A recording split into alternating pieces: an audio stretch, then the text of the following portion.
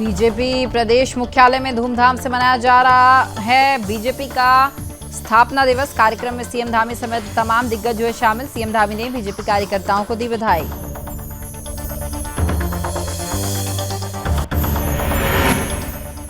देहरादून यातायात को सुगम बनाने के लिए पार्किंग को लेकर जिला प्रशासन और यातायात पुलिस की तरफ से की जा रही है नई पहल के अंतर्गत खाली वाहनों के पार्किंग के लिए किया जाएगा प्रयोग।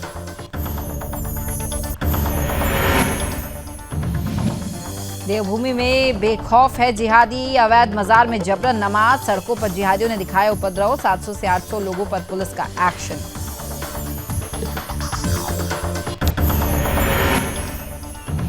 देवभूमि में धूमधाम से मनाया गया हनुमान जन्मोत्सव। हनुमान जन्मोत्सव पर निकाली गई शोभा यात्रा में भारी संख्या में लोग हुए शामिल।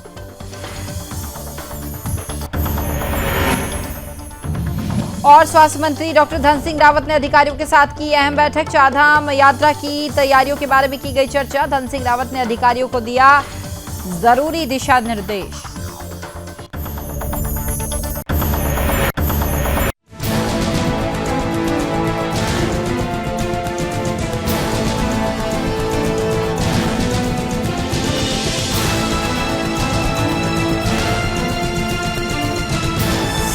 आप देख रहे हैं सुदर्शन न्यूज।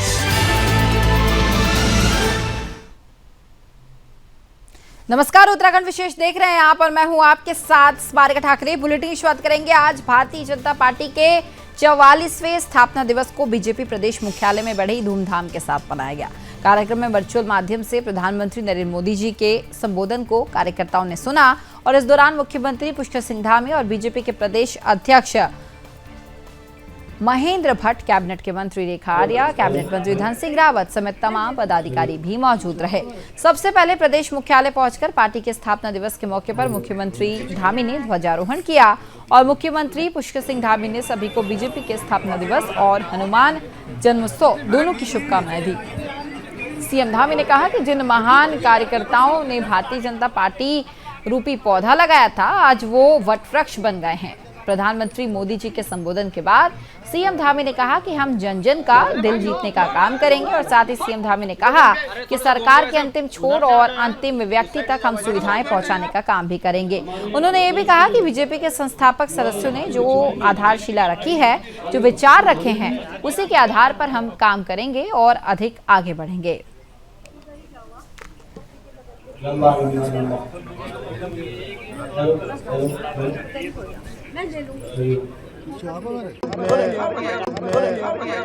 सबसे पहले तो पार्टी के स्थापना दिवस की और हनुमान जयंती की दोनों की सभी को बहुत बधाई देता हूं, बहुत शुभकामनाएं देता हूं। और इस अवसर पर उन सभी महान आत्माओं को, उन सभी महान कार्यकर्ताओं को जिन्होंने अपना तिल जलाकर भारतीय जनता पार्टी जैसे पौधे को लगाया और वो पौधा आज बट वृक्ष का रूप लेकर संपूर्ण भारत की सेवा में लगा हुआ है, संपूर्ण विश्व को कहीं ना कहीं प्रकाशमान करने का काम कर रहा है।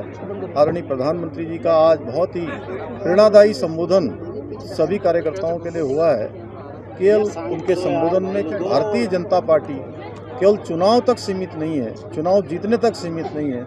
हम उत्तराखंड के अंदर भी माननीय प्रधानमंत्री जी के प्रेरक उद्बोधन से प्रेरित होकर जन जन का विश्वास जीतने का काम करेंगे, जन जन का दिल जीतने का काम करेंगे और समाज के अंतिम छोर में खड़े हुए व्यक्ति तक, जो पंडित दीनदयाल जी, पंडित श्यामा प्रसाद मुखर्जी ने इस पार्टी की स्थापना की जब नींव रखी थी, जो विचार उन्होंने रखा था, उस विचार को लेकर सेवा के भाव से सभी के उत्थान का हर संभव, हर क्षण और हर पल प्रयास करेंगे। देखिए, आज पार्टी का स्थापना दिवस है और पूरे देश के हर बूथ पे भारतीय जनता पार्टी अपना स्थापना दिवस मना रही है। और आपने देखा होगा कि हमारे यशस्वी प्रधानमंत्री जी ने, हमारे राष्ट्रीय अध्यक्ष जी ने, हमारे मुख्यमंत्री जी ने हम सबको आज संबोधित किया है। मैं कह सकता हूं कि भारतीय जनता पार्टी पूरे विश्व की नंबर 1 पार्टी बन गई है। आज हमारी पार्टी के 44 स्थापना दिवस पर देश के प्रधानमंत्री आदरणीय नरेंद्र भाई मोदी जी द्वारा प्रत्येक देश के बूथ स्तर के कार्यकर्ताओं का मार्गदर्शन किया।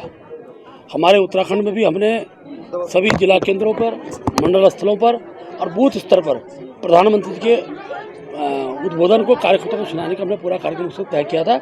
और मुझे बताते हुए खुशी है, अभी तक की जो जानकारी हमको प्राप्त हुई है, लगभग 90% बूथों पर हमारे कार्यक्रम आज हुए हैं। और मैं कह सकता हूं कि प्रधानमंत्री जी का आज का उद्बोधन आगामी दिनों के अंदर कार्यकर्ता का उत्साह अर्जित करेगा और जिस उद्देश्य के साथ राष्ट्र को परम वैभव पर राष्ट्र विश्वगुरु बनाने के शिखर पर पहुंचाने में कार्यकर्ताओं को जो उन्होंने आज मंत्र दिया है, उस मंत्र को हम लोग नीचे तक ले जाएंगे। और क्योंकि जनता का दिल जीतना है, जनता का दिल जीतने का जो भाव उनके द्वारा निकल रहा है, वो एक प्रेरणा का स्रोत हम सबके लिए है। और मैं कह सकता हूँ आगामी दिनों में पार्टी उन सब उद्देश्यों की ओर आगे बढ़ेगी। तो वहीं देहरादून यातायात का सुगम बनाने के लिए पार्किंग को लेकर जिला प्रशासन और देहरादून और यातायात पुलिस की तरफ से नई पहल की शुरुआत की जा रही है। इसी पहल के अंतर्गत भूस्वामी की तरफ से अपनी खाली प्लॉट की वाहनों की पार्किंग के लिए प्रयोग किया जा सकता है। और मामले की जानकारी देते हुए देहरादून के डीएम सोनिका ने बताया कि देहरादून में पार्किंग की समस्या बहुत अधिक उत्पन्न हो रही है। लोग सामान खरीदने जाते हैं और इधर उधर वाहन खड़े कर देते हैं, जिससे कि जाम की स्थिति यहां पैदा हो जाती है। डीएम ने अपील की है कि वाहनों को पार्किंग में ही खड़ा करें और साथ ही उन्होंने लोगों से भी अपील की है कि अगर आपकी नज़र ऐसी कोई जगह खाली हो जहां पार्किंग हो सकती है, वो जिला प्रशासन और देहरादून यातायात पुलिस को अवगत कराए। इसके साथ ही हम पार्किंग के लिए विभिन्न जगह भी तलाश रहे हैं।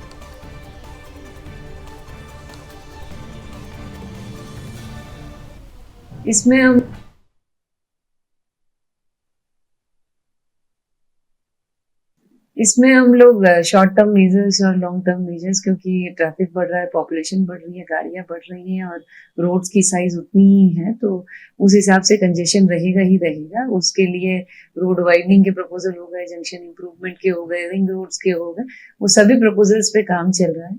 इसके अलावा हमारे द्वारा भी अपील की जा रही है कि एक पार्किंग का इशू बहुत मेजर इशू बना हुआ है शहर में, तो अगर किसी के खाली प्लॉट्स हैं उसकी फिजिबिलिटी देखते हुए एसपी ट्रैफिक और हमारी टीम मिलकर उस पर कार्रवाई करने के लिए तैयार है और मेरे द्वारा अपील भी जारी की गई है। जी, आप हमारी वेबसाइट पे चले जाएं, हमारे फेसबुक पेज पे चले जाएं, वहाँ पे एक नंबर भी उपलब्ध कराया गया है और एसपी ट्रैफिक के भी ऑफिस में अगर आप लोग संपर्क करेंगे तो तत्काल कार्रवाई की जाएगी। अगर आप हमारे फेसबुक पेज पे भी मैसेज डालेंगे तो हम आपसे संपर्क करेंगे। तो वहीं देवभूमि उत्तराखंड के हल्द्वानी में अवैध रूप से बनी मस्जिद में जबरन नमाज पढ़ने का मामला निकलकर सामने आया। जब इसका विरोध किया गया तो जिहादियों के द्वारा हंगामा कर दिया गया, तो वहीं हाईवे को जाम कर दिया गया, जिसके बाद प्रशासन ने एक्शन लेते हुए करीब 800 अज्ञात लोगों के खिलाफ हाईवे जाम करने और सरकारी काम में बाधा डालने के साथ ही मामला कई विभिन्न धाराओं में जो है मामला दर्ज कर लिया है। आपको बताएं कि सरनाकोठी भोटिया पड़ाव क्षेत्र में आवासीय भवन में नमाज पढ़े जाने को लेकर हुए विवाद के संबंध में हल्द्वानी में कुछ लोगों के साथ थाने पर ये लोग आए, जिनको घटना के संबंध में एफआईआर लिखने के लिए प्रभारी निरीक्षक ने कार्यालय में बिठाया। साथ ही शांति व्यवस्था बनाए रखने को लेकर उच्च अधिकारी द्वारा कार्यालय में वार्ता भी किया जा रहा था। इसी दौरान कोतवाली परिसर और राष्ट्रीय राजमार्ग नैनीताल रोड में लगभग 700 से 800 लोगों की भीड़ जमा हो गई थी, जिसके द्वारा अचानक से उग्र प्रदर्शन करते हुए पुलिस प्रशासन के विरुद्ध नारेबाजी शुरू कर दी गई और साथ ही पूरे हाईवे को जाम भी कर दिया गया, जिसके बाद प्रशासन ने कार्रवाई करते हुए कई लोगों के खिलाफ मामला दर्ज कर लिया है और फिलहाल अब इस पूरे मामले में आगे की कार्रवाई जारी है। तस्वीरें भी आप देख सकते हैं किस तरीके से अंजाम किया गया था और ये तस्वीरें हैं उत्तराखंड के हल्द्वानी की।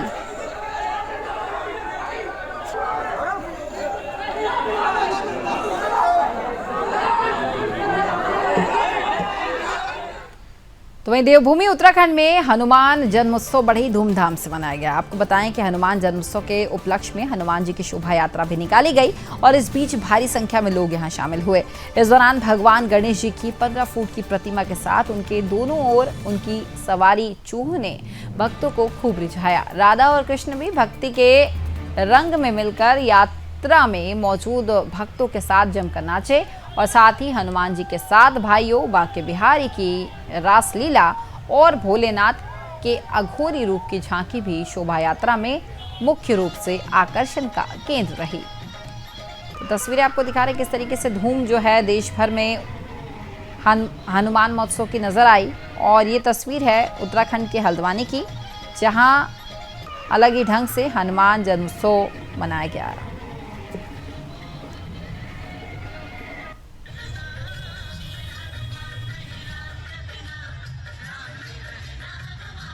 सभा का जो आज यहाँ पर हम सब इकट्ठे हुए परिवार है हमारा, और आज जो बालाजी का शोभा यात्रा निकल रही है उसको लेकर हमारे कायस्थ सभा द्वारा फल वितरण और पानी वितरण का आयोजन किया गया है। और ये हमारा कायस्थ परिवार एक बड़ा परिवार है, और चित्रदूप जो हमारे महाराज हैं उनका एक परिवार है, और उसके लिए आज उनकी सेवा के लिए आज बालाजी का जो दरबार जो डोला निकल रहा है उसकी उनकी सेवा के लिए आज हमारा कायस्थ सभा परिवार खड़ा है, और पानी और बिस्किट और केला का वितरण किया जाएगा।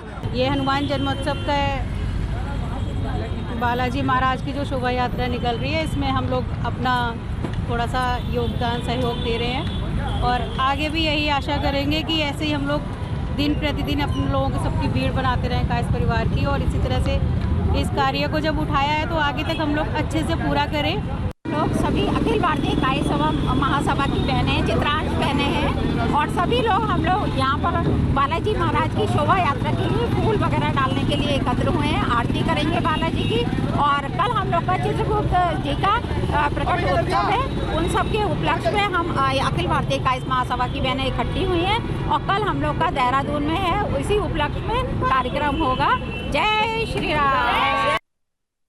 तो वहीं देवभूमि उत्तराखंड में चारधाम यात्रा को लेकर तैयारियां अब चल रही है। जी हां, इसी कड़ी में प्रदेश की शिक्षा, स्वास्थ्य और सहकारिता मंत्री डॉक्टर धन सिंह रावत ने बुधवार को जिला मुख्यालय में चारधाम यात्रा की तैयारियों को लेकर बैठक भी आयोजित की। कैबिनेट मंत्री धन सिंह रावत ने बैठक में अधिकारियों को जरूरी दिशा निर्देश भी दिए, और साथ ही आपको ये भी बताया कि कैबिनेट मंत्री धन सिंह रावत ने यह भी कहा कि तीर्थधामों और यात्रा मार्गों पर सभी व्यवस्थाएं अविलंब पूरा किया जाए। उन्होंने ये भी कहा कि यात्रा के प्रमुख पड़ाव और धामों में आपातकालीन स्थिति में एम्बुलेंस मुहैया कराने का रिस्पांस टाइम अधिकतम 10 से 15 मिनट तक रखा जाना सुनिश्चित किया जाए। साथ ही ये भी कहा कि गंभीर मरीजों के लिए एयर एम्बुलेंस की व्यवस्था भी सरकार की तरफ से उपलब्ध कराई जाएगी।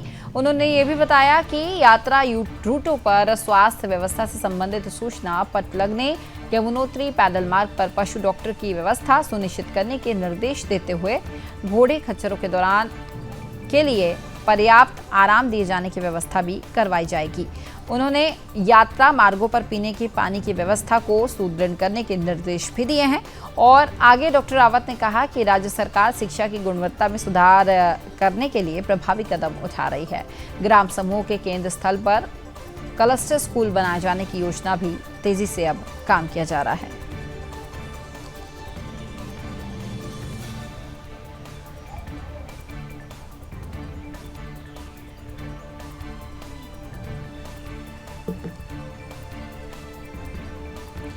तो वहीं देवभूमि उत्तराखंड में बीजेपी का स्थापना दिवस बड़े ही धूमधाम से बीजेपी कार्यकर्ताओं के द्वारा मनाया गया।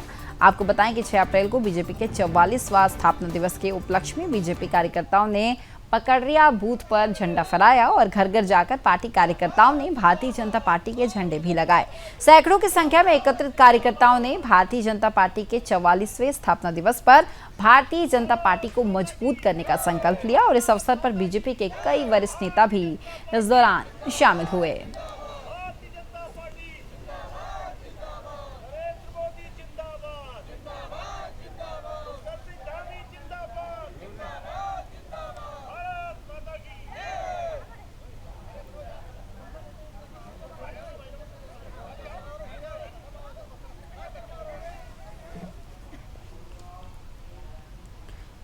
तो वहीं उत्तराखंड के मसूरी में बीजेपी के कार्यकर्ताओं ने भाजपा का स्थापना दिवस बड़े ही धूमधाम के साथ मनाया। इस मौके पर मसूरी में बीजेपी कार्यकर्ताओं ने घर घर जाकर झंडा भी फहराया, और इस दौरान भारी संख्या में बीजेपी कार्यकर्ता एकत्रित हुए और बीजेपी का स्थापना दिवस मनाया। इस मौके पर आपको बताएं कि एक दूसरे को मिठाई खिलाई गई, तो वहीं कार्यकर्ता ने भाजपा के पक्ष में जमकर नारेबाजी भी की। इस बीच बीजेपी कार्यकर्ताओं ने कहा कि बीजेपी की केंद्र और राज्य की सरकारें लगातार प्रदेश और देश के लिए जो है विकास के लिए काम कर रही है, और पूरे विश्व में भारत का डंका बजा रही है। उन्होंने कहा कि केंद्र में प्रधानमंत्री नरेंद्र मोदी और राज्य में मुख्यमंत्री पुष्कर सिंह धामी लगातार जनता के लिए जन कल्याणकारी योजनाओं के माध्यम से मजबूत करने का पार्टी को काम कर रहे हैं, और यही कारण है कि विश्व में भारत विश्व गुरु बनने की दिशा में योगदान दे रहा है।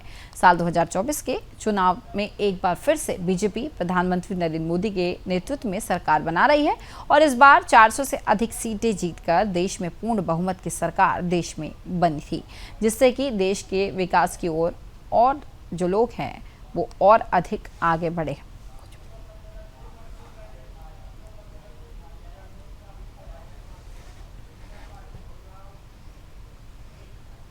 वहीं मुजफ्फरनगर से केंद्रीय मंत्री नितिन गडकरी क्या कुछ कह रहे हैं, आइए आपको सुनवाते हैं। दूसरी एक छोटी बात है, मुझे जल्दी जाना है। अभी मैंने महाराष्ट्र के सांगली में एक चितड़े डेयरी है, बहुत प्रसिद्ध है, 5,000 करोड़ उनका टर्नओवर है। उनकी मिठाई पुणे में लाइन लगा के खरीदते हैं लोग। तो उनके एक प्लांट का उद्घाटन किया था और बाल्यान जी, पुरुषोत्तम रूपाला जी को मैंने पूरा समझाया, अब आपका काम है ये सेंटर यहां शुरू करो। 1952 में गुजरात के गिर जात की गाय ब्राजील में गई थी। अब वहां गिर जो गाय थी, हमारे मंत्री जी भी है, ये काम आप जरूर करिए, उत्तर प्रदेश की तस्वीर बदल जाएगी। वो गिर गाय 1952 में जो गई थी, उस गाय का अभी वहां जो गिर गाय है वो 60 लीटर दूध देती है। और उसका जो बुल था, सांड, उसका नाम था टोरंडो। उसका सीमेंस आकर इंडिया में 2 लीटर के गाय को दिया तो गोरी हुई 22 लीटर की। मेरे यहाँ हुई है, मेरा प्राइवेट सेक्रेटरी है दिवे करके, उसके यहाँ 12 गोरी और 4 गोरे हुए। सिंपल भाषा में बता दो, टेस्ट ट्यूब बेबी। आजकल नहीं क्या, बेटा नहीं होता तो टेस्ट ट्यूब बेबी होती, वही है। और 100% गारंटी, बेटी बचाओ अभियान की जरूरत नहीं, 99% गोरी ही होगी, गोरा नहीं होगा। और आपके सब 4 लीटर 5 लीटर वाले जर्सी और हुस्टन, सबको आप ये गिर साहिवाल का ये प्रयोग करिए, टेस्ट ट्यूब बेबी का, टेस्ट ट्यूब गोरी का। उसका जो एम्ब्रियो है, गर्भ, वो ट्रांसफर किया जाता है।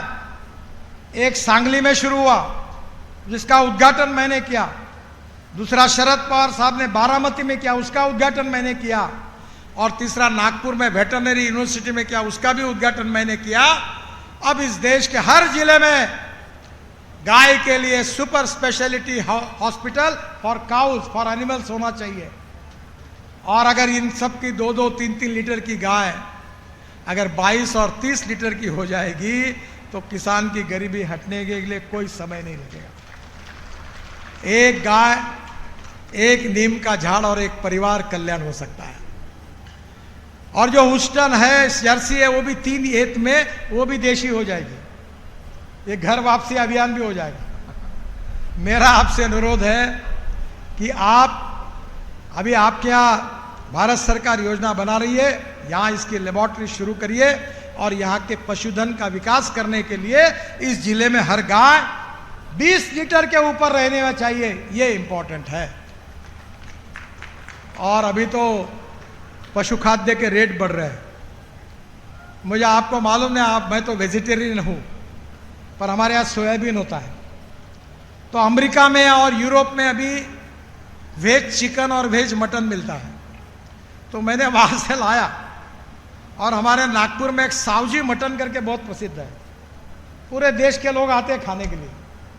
तो जो प्रसिद्ध दुकानदार था उसको कहा कि तेरे ओरिजिनल मटन में 50% ये वेज चिकन और वेज मटन डाल। और जिन्होंने खाया उनके ध्यान में नहीं आया ये मटन। तो चलिए उत्तराखंड का रुख करेंगे। उत्तराखंड के पौड़ी गढ़वाल के निवासियों ने सिंगडाली मोटर पुल निर्माण को लेकर एसडीएम ईला गिरी से मुलाकात की है। आपको बताएं कि सिंगडाली मोटर पुल निर्माण का कार्य कई सालों से लंबित पड़ा हुआ था, जिसके लिए सिंगडाली पुल निर्माण को लेकर स्थानीय लोगों ने एसडीएम से मुलाकात कर पुल बनाने की मांग की है। इस पुल निर्माण के बाद कई गांव के लोगों को लाभ भी मिलने वाला है और इसके साथ ही कुमाऊं और गढ़वाल की दूरियां भी कम हो पाएगी। साथ ही लोगों को पुल बन जाने से आने जाने में भी सुविधा मिल पाएगी। और अब आपको तस्वीरें भी आपको दिखा रहे किस तरीके से एसडीएम कार्यालय जब स्थानीय लोग पहुंचे और इस दौरान मोटर पुल बनाने की मांग यहां पर की गई है।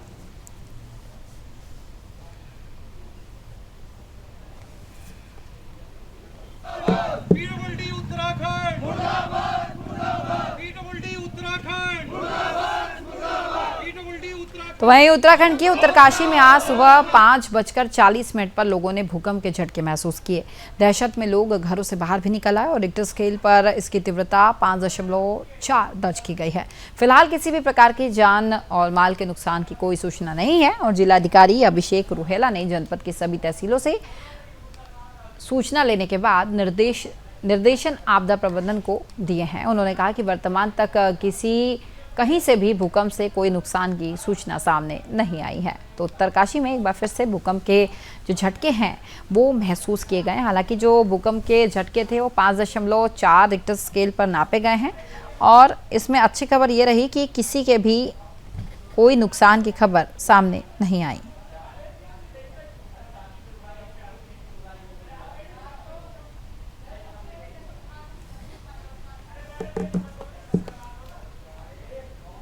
तो वहीं उत्तराखंड के पौड़ी में नाबालिग लड़की से दुष्कर्म करने का मामला निकलकर सामने आया। आपको बताएं कि विकासखंड कोट के एक गांव की रहने वाली नाबालिग लड़की के पिता ने राजस्व पुलिस को तहरीर दी कि उनकी पुत्री को एक व्यक्ति बहला फुसलाकर अपने साथ ले गया है। साथ ही आरोपी ने उनकी पुत्री के साथ जबरन शारीरिक शोषण भी किया और साथ ही किसी को ना बताने का दबाव देते हुए जान से मारने की धमकी भी बच्ची को दी गई है, जिसके बाद पुलिस ने मामले को दर्ज कर लिया है और जांच पड़ताल शुरू कर दी है। और जांच के दौरान पुलिस ने राजस्व क्षेत्र के गांव की नाबालिग लड़की से दुष्कर्म के आरोप में एक वाहन चालक को फिलहाल गिरफ्तार कर लिया और आरोपी को जेल भी भेज दिया गया है। तो वहीं अब इस पूरे मामले में आरोपी से पूछताछ जारी है।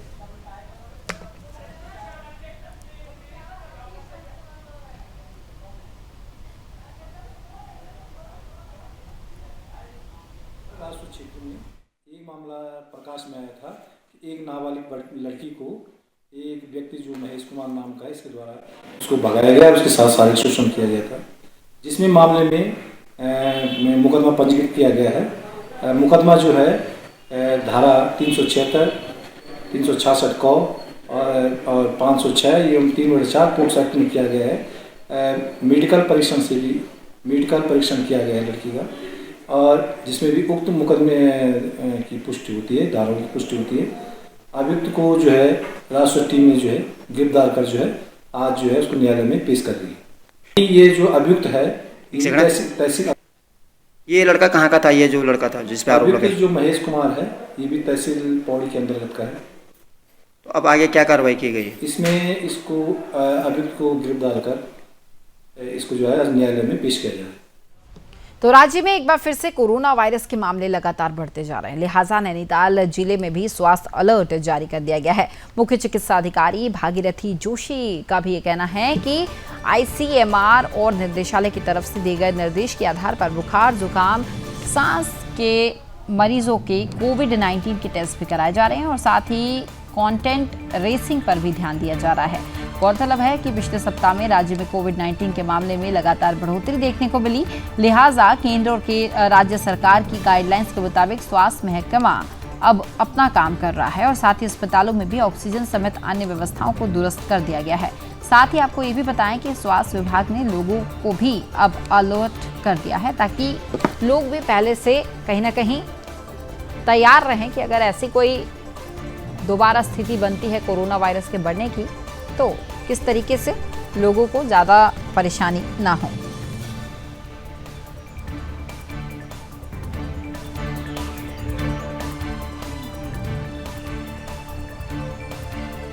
कोरोना के कुछ केसेस अभी बढ़ रहे हैं। जो गाइडलाइन आई है ICMR से और महानिदेशालय से, उसके अनुसार जितने भी ILI के केसेस हैं, जिनको सर्दी जुकाम बुखार की शिकायत है या जिनको सांस की तकलीफ है, उनके कोरोना टेस्टिंग होनी है और उन केसों की आइसोलेट करना है उनको हमें। इसके अतिरिक्त उनके जो कॉन्टैक्ट्स हैं, सिम्टोमेटिक कॉन्टैक्ट्स हैं, सिर्फ उन्हीं की टेस्टिंग होनी है। और तैयारी कितनी हो रखी थी, अभी सारी है। हमारे ऑक्सीजन जनरेशन प्लांट सब फंक्शनल हैं और टीम भी हमारी पूरी तैयार है, सब व्यवस्थाएं दुरुस्त है हमारे पास। तो देश के प्रधानमंत्री नरेंद्र मोदी जी, उत्तर प्रदेश के मुख्यमंत्री योगी आदित्यनाथ जी समेत उत्तराखंड के मुख्यमंत्री पुष्कर सिंह धामी जी की लोकप्रियता बढ़ती जा रही है, तो वहीं इनके विरोधियों की सक्रियता भी बढ़ रही है। प्रधानमंत्री और साथ ही उत्तर प्रदेश के मुख्यमंत्री और उत्तराखंड के मुख्यमंत्री पर ये हावी ना हो, इसके लिए धर्मनगरी हरिद्वार में महायज्ञ का आयोजन किया जा रहा है। आपको बताएं कि महायज्ञ इसलिए किया जा रहा है क्योंकि देश के प्रधानमंत्री नरेंद्र मोदी जी उत्तर प्रदेश के मुख्यमंत्री और साथ ही उत्तराखंड के मुख्यमंत्री की जिस तरह से सनातन परंपरा को आगे बढ़ाने का कार्य कर रहे हैं ये लोग, इसमें किसी भी प्रकार का अवरोध उत्पन्न ना हो पाए, इसको लेकर महायज्ञ का आयोजन किया जा रहा है। साथ ही साधु संतों का यह भी कहना है कि पीएम मोदी और सीएम धामी समेत योगी जी ने सनातन परंपरा को आगे बढ़ाने का कार्य किया है, जिसके चलते सनातन परंपरा का ध्वज जो है एक दिन पूरे विश्व में लहराएगा।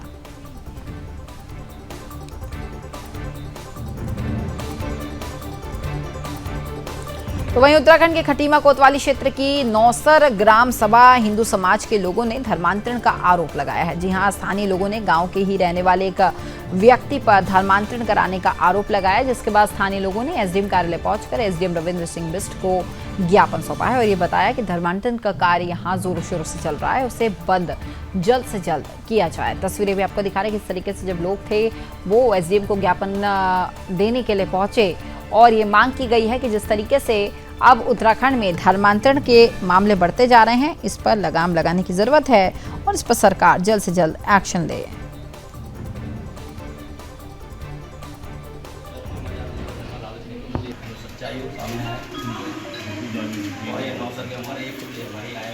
योगी सेना के काफ़ी लोग और नौसर के ग्रामीण मेरे पास आए थे। उनकी शिकायत है कोई दान सिंह राणा नाम का व्यक्ति है जो कि मोहम्मदपुर भैया का रहने वाला है। उसके द्वारा मैं एक चर्चा निर्माण करके ईसाई धर्म का प्रचार तो किया ही जा रहा है, साथ ही साथ इलीगल कन्वर्जन धर्मांतरण भी किया जा रहा है। तो एक जाँच का विषय है, इसमें हम जाँच करेंगे और जैसा भी हमें जाँच के तथ्य से पता चलेगा उसके नियमानुसार कार्रवाई की जाएगी। सर, कि इलीगल कन्वर्जन अलाउड नहीं है। अगर ऐसा प्रलोभन देकर या किसी को डरा धमका कर धर्मांतरण किया जा रहा है तो वो गलत है। इसके विरुद्ध हम जांच करेंगे और नियमानुसार कार्रवाई।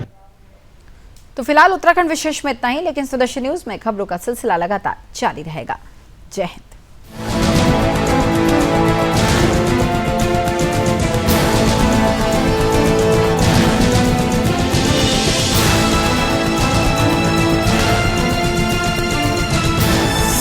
आप देख रहे हैं सुदर्शन न्यूज।